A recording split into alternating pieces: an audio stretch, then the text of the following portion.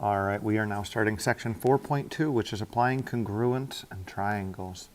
So our learning targets today is I can write a congruence statement and identify the corresponding parts. And then we can also find the missing side length and angle in a congruent figure. So first off, again, we're going to start with vocabulary. Our first definition here is congruent figures. Figures are congruent if they are the same size, and the same shape. The same shape. There we go. So what this means is if they are the same size, the lengths themselves, the lengths do not change. So those are all those side lengths. They do not change.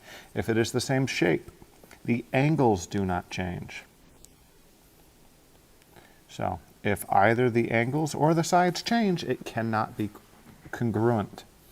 Okay, so congruent means same size, same shape. We also are going to talk about corresponding parts. So the corresponding parts mean that we're going to use a congruent statement, which we have over here on the left. So this is the congruent statement right here, and it's going to let us be able to name the sides and angles that are congruent based on this congruent statement. Now, something very important is that the order does in fact matter with a congruent statement. So we're going to start off and we're going to have a triangle here. And so if we have a triangle and then we have a second triangle,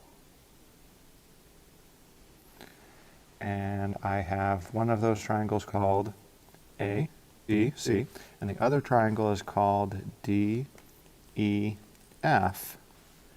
When we say that we know that ABC is congruent to triangle DEF, we know that the side AB is congruent to the side DC.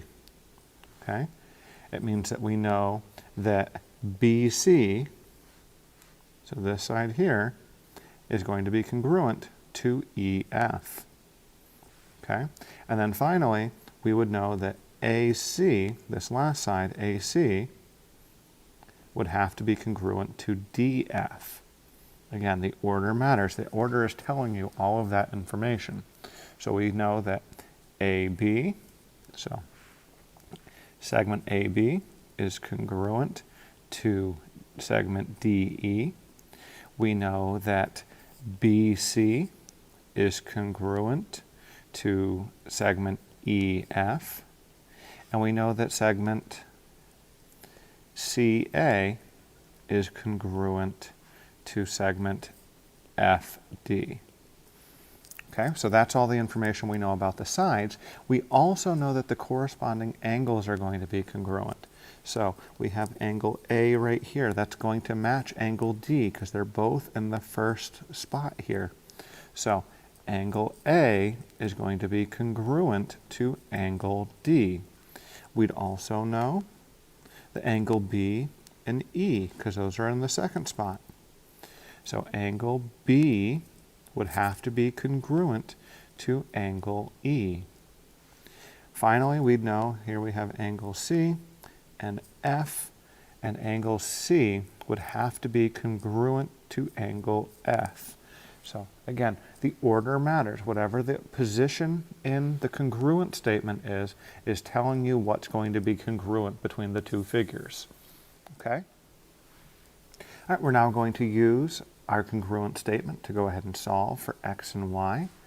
Our congruent statement tells us that we have ABCD, quadrilateral ABCD, is congruent to quadrilateral MNOP.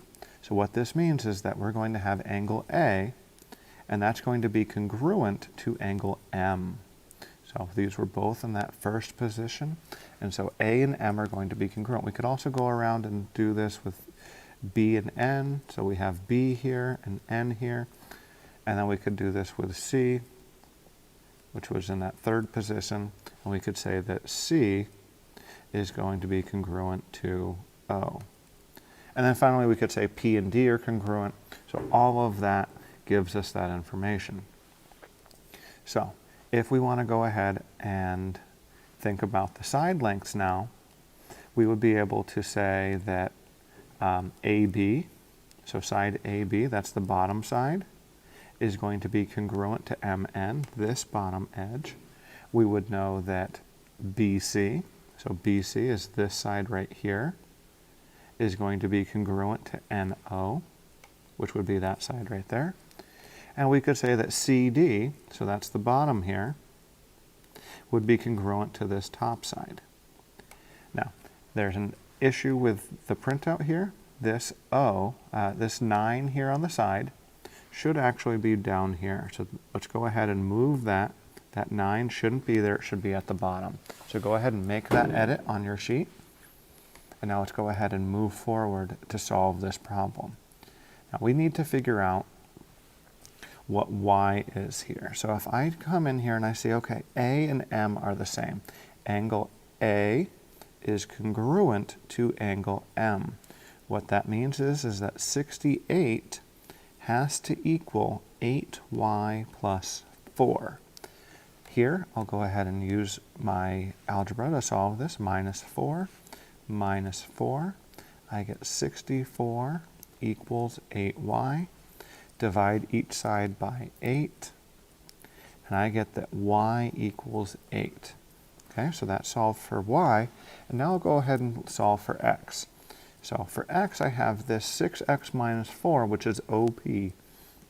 So this is telling me that I have OP is congruent to, and if I look here, so OP was here, I need CD, which as I said is that bottom side there. So CD.